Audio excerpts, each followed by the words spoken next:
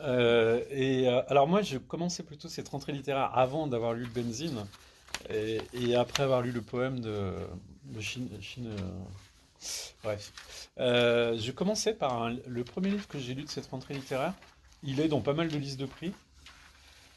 C'est le livre de Ghislaine Dunant, Un amour infini, chez Albin Michel, qui est page 2. Euh, je crois qu'elle est dans le Goncourt. Alors, je sais pas si vous connaissez Ghislaine Dunant. Moi, j'y suis allé parce que elle a écrit cette espèce de biographie roman de Charlotte Delbo. Et elle avait eu le prix Femina pour ça. Et moi, enfin, franchement, je trouve que ce qu'elle a fait, c'est dingue.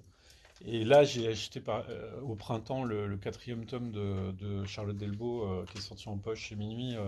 Je sais pas si lisez Charlotte Delbo. C'est comme vous lisez Benzine comme ça sur Gaza, mais Charlotte Delbo sur les camps. On dit toujours aux gens, ouais, bah, sur la mémoire, lisez des essais d'histoire. Moi, je trouve que les gamins, on leur ferait lire des petits textes de Charlotte Delbo. Ça serait 10 fois plus efficace que n'importe quelle théorie historique.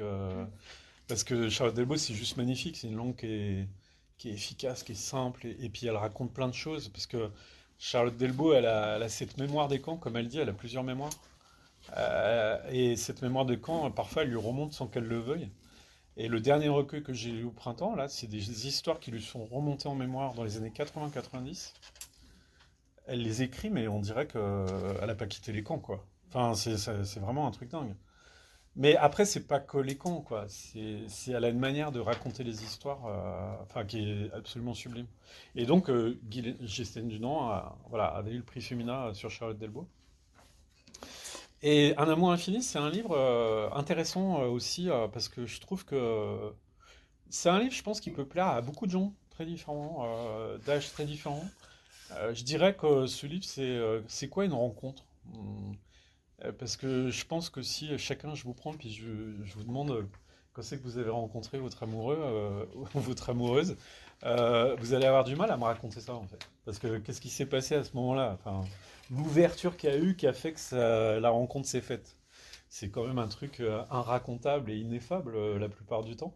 Mais pourtant, il y a eu ce moment d'ouverture de deux êtres qui se sont rencontrés. Et ce livre, c'est ça, c'est-à-dire on est sur une île à Tenerife, donc c'est la dernière île de l'Occident dans l'océan Atlantique, avant l'Amérique. C'est important de le dire parce que après je vais vous dire des choses importantes. C'est une île sauvage, volcanique. C'est un roman, j'ai envie de dire insulaire. Le cadre compte un peu comme un moment où Houellebecq, Lanzarote. Vous voyez, ce paysage va faire écho à ces deux personnages. Ils vont se balader dans ce paysage. Et comme dans les rencontres, on passe pas son temps à parler parfois on est imprégné aussi de ce qui se passe autour. Et donc c'est presque une rencontre fortuite, c'est-à-dire une femme est venue avec son mari sur cette île parce que cet homme voulait lui faire rencontrer son professeur quand il était étudiant. Et cet homme doit repartir. Et cette femme se dit, ouais, je suis sur cette île, je vais rester, quoi. Je vais me passer une semaine de vacances là, quoi. Et elle rencontre ce professeur à l'hôtel, et une conversation s'engage, quoi. Alors qu'elle, elle n'est pas du tout liée à cet homme, elle n'a pas fait d'études avec lui, elle n'a pas fait, elle n'est pas dans le même, enfin, elle s'est plutôt occupée de ses filles toute sa vie, tout ça. Enfin, elle n'a pas d'attrait particulier pour cet homme ou d'intérêt particulier à échanger avec lui. Et là, quelque part, cet homme va se rendre un peu disponible pour lui faire visiter l'île, l'inviter à déjeuner. C'est un homme assez...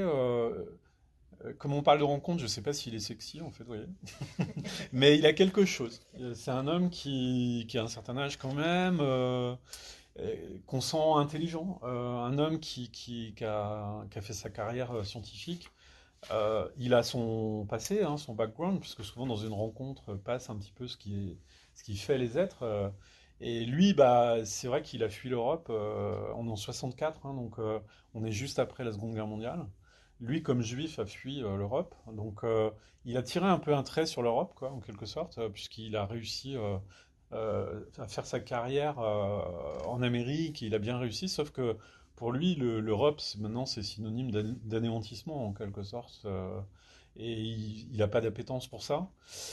Elle, la guerre, parce que tout ça, tout ce que je vous dis sur eux, on va le découvrir un petit peu petit à petit dans cette rencontre. C'est-à-dire, on va comprendre comment ces personnages.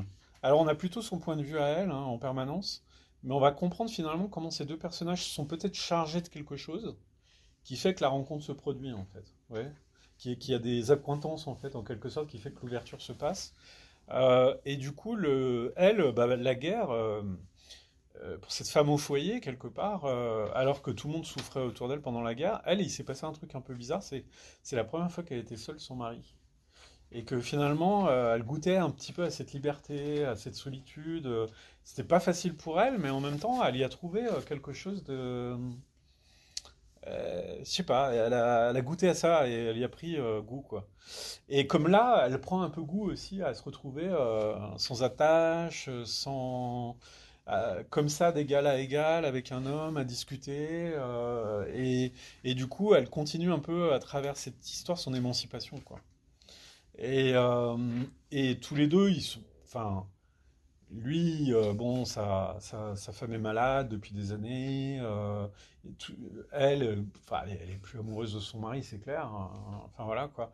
Donc quelque part, ils sont libres. Ouais.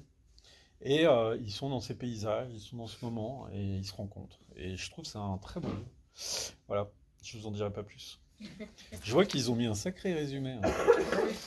C'est, voilà.